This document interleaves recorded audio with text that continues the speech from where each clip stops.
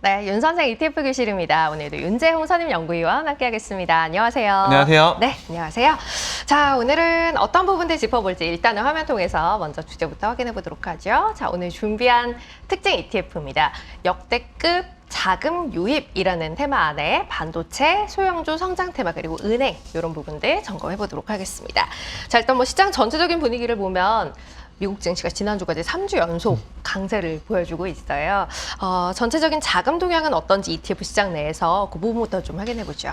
네, 그래서 이제 역대급이라는 표현이 사실 좀 작정이긴 해요. 맞아요. 그래서 그 올해 300억 6천만 달러 정도 이제 미국 ETF 시장으로 주간 단위로 좀 자금 유입이 있었어요. 네. 지금 올해 들어서 최근 1년 기준으로 봤을 때 거의 세 번째 규모고요. 주간 단위로 세 번째. 그래서 굉장히 좀 큰 자금이 들었다 보니까 좀 역대급이라는 표현을 네. 좀 한번 써봤습니다.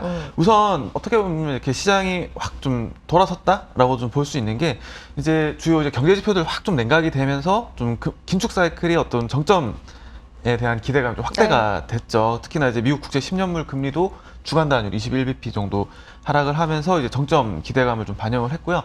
특히나 지난주 같은 경우는 좀 특징적이었던 게 이제 미국 주식형으로 좀 굉장히 크게 좀 자금이 좀 유입이 됐습니다. 주간 단위로 225억 달러 정도 좀 자금 유입이 있었고 채권형에도 좀 자금 유입이 있었어요. 한 네. 66억 달러 정도 자금 유입되면서 4주 연속으로 좀 자금 유입이 계속해서 이루어지는 모습 관찰을 할 수가 있었습니다. 주간 기준으로 봤을 때 올 들어 가장 많은 수준은 아니었습니다만 올해 들어 세 번째라고 볼 수 있는 규모의 자금이 유입됐던 지난주의 흐름이었고요. 그러면 그 돈들이 어디로 갔는지에 대한 이야기 조금 더 디테일하게 해보도록 하죠. 일단 강세 ETF 어떤 것들이 있었는지 좀 꼽아볼까요? 네, 우선 가장 좀 특징적이었던 것은 이 반도체. 반도체는 결국 이제 올해 내내 계속해서 화두가 되고 있죠. 네. 지금 바로 좀 화면 보면서 좀 말씀을 드릴 텐데 어떻게 보면 이제 중국 반도체를 제외하고는 이제 글로벌 반도체 전반적으로 굉장히 강세를 좀 네. 보였습니다. 지금 차트에 보시는 것처럼 선들이 이제 좀 쭉쭉 뻗어나가는 모습 좀 보실 수가 있는데 특히나 이제 좀 약간 단초가 됐던 거는 이 TSMC 그 10월 판매량이 좀 개선이 됐다라는 네. 부분 그리고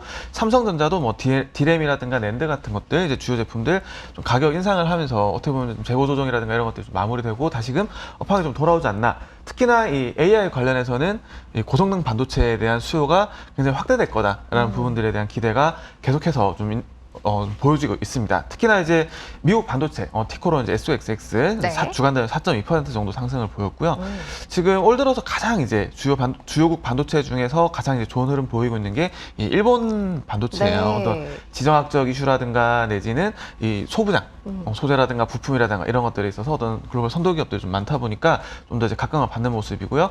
주간 단위로는 8.7% 오르면서 직전 고점을 좀 빠르게 좀 뚫어 나가는 모습 네. 역시나 관찰을 할 수가 있었습니다. 반도체 ETF의 강세는 미국에서뿐 아니라 글로벌 전반적으로 나타났던 흐름이었다 이렇게 봐야 할 것 같아요. 저희가 사실 최근에 뭐 시장에 상승이 있다고 하더라도 이거를 뭐 아주 긍정적으로 보지 못했던 이유 가운데 하나는 전반적으로 확산되지 못하고 있다라는 부분이었는데 이것도 지난주엔 좀 달랐어요. 네, 맞습니다. 직전주에 저희가 지난주 방송에서 말씀드렸던 부분이 굉장히 이제 어떤 소수 빅테크에 어떤 굉장히 좀 집중이 됐었다. 쏠리면서. 네, 굉장히 쏠림이 네. 강했다라는 부분 좀 말씀을 드렸는데 이번 주는 지난주는 이제 소형주도 역시나 좀 동반 강세를 보였습니다. 다만 이제 약간 들쭉날쭉한 모습을 좀 보이긴 했습니다만 네. 역시나 좀 화면 보면서 좀 바로 말씀을 드려볼게요. 지금 이제 소형주 이제 어떻게 보면 이제 제가 시장 온기가 좀 확산되고 있다라는 표현을 좀 할 수가 있을 네. 것 같은데 일단 기본적으로 이 반도체라든가 이 빅테크들 이제 위주로 좀 진행이 되면서 중소형주 같은 경우는 좀 왔다 갔다 하는 모습 좀 볼 수가 있었죠. 특히나 이제 지금 이제 왼쪽 차트 같은 경우는 주황색 선이 이제 미국 대형주, 다음에 네. 검정색 선이 이제 미국 소형주 ETF입니다.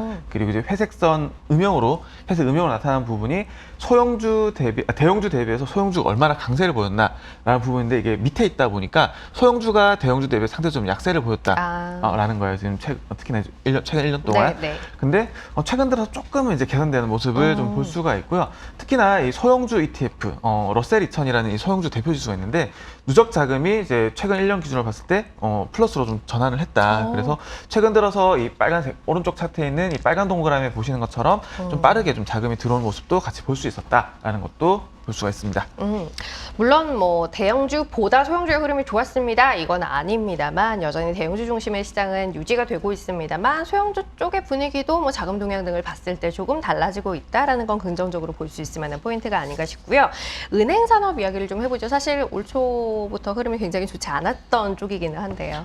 그렇죠. 이제 굉장히 좀 부정적인 이슈는 다 몰고 다니면서 맞아요. 좀 흐름은 좋지 않았어요. 지금 올 들어서 이제 가장 부진했던 산업 중에 하나가 역시나 이제 은행 산업이다라고 좀 볼 수가 있을 것 같은데요.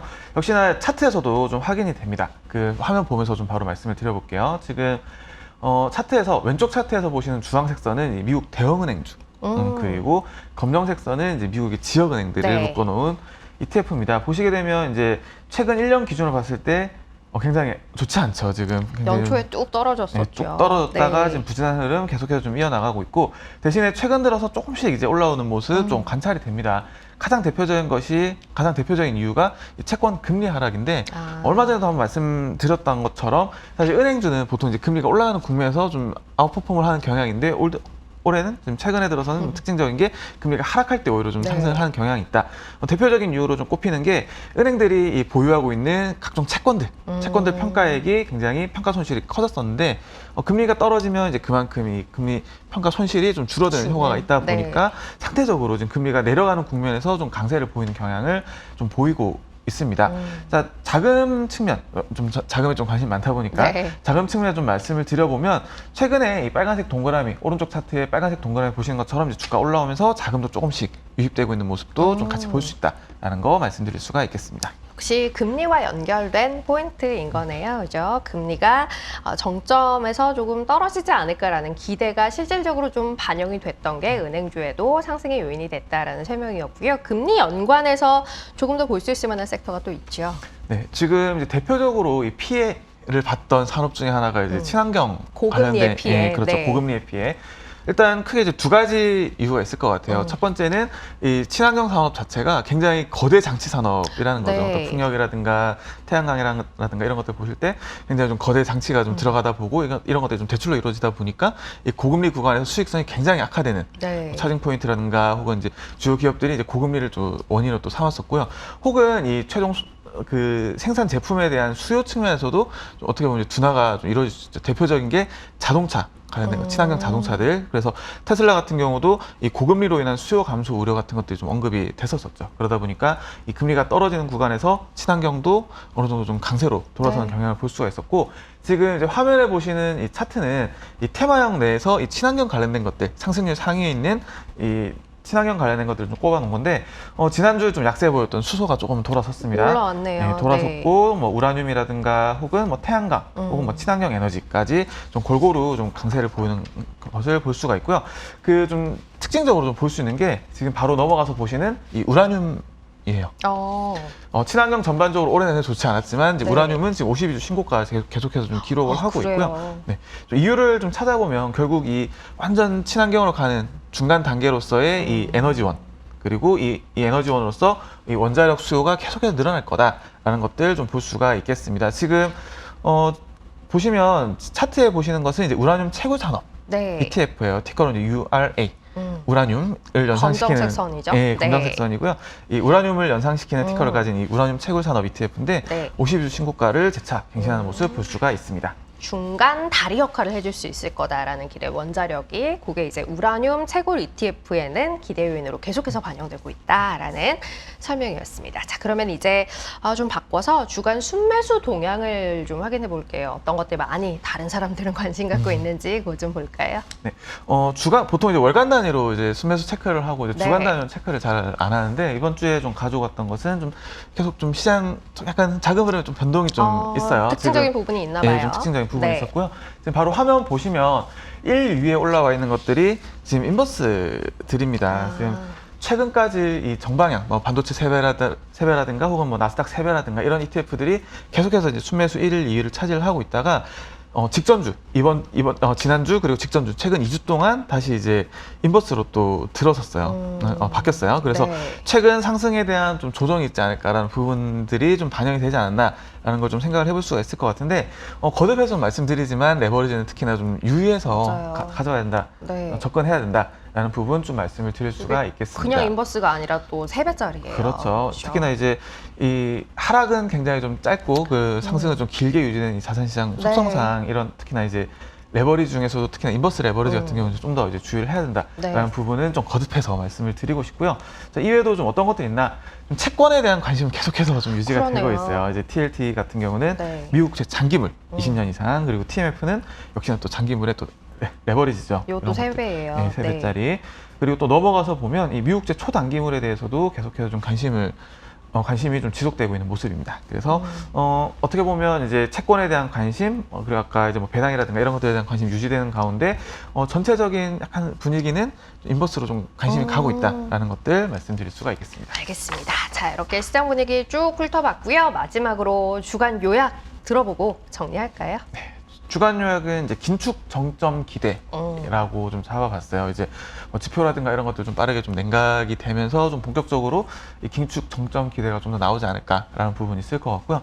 특히나 이제 실적 시즌도 어느 정도 좀 마무리가 됐다 보니까 좀 이런 금리 어떤 이제 입찰 결과라든가 혹은 뭐 연준 위원들 발언 이런 것들, 그리고 여기에 더해서 이제 경제 지표까지 이런 것들이 좀 더 이제 영향을 미치지 않을까라는 부분 유념해서 좀 살펴봐 주시면 좋을 것 같습니다. 앞으로 발표되는 지표에 대한 금리의 반응, 그에 대한 시장의 민감도가 조금 더 커지는 구간이 아닐까 싶네요.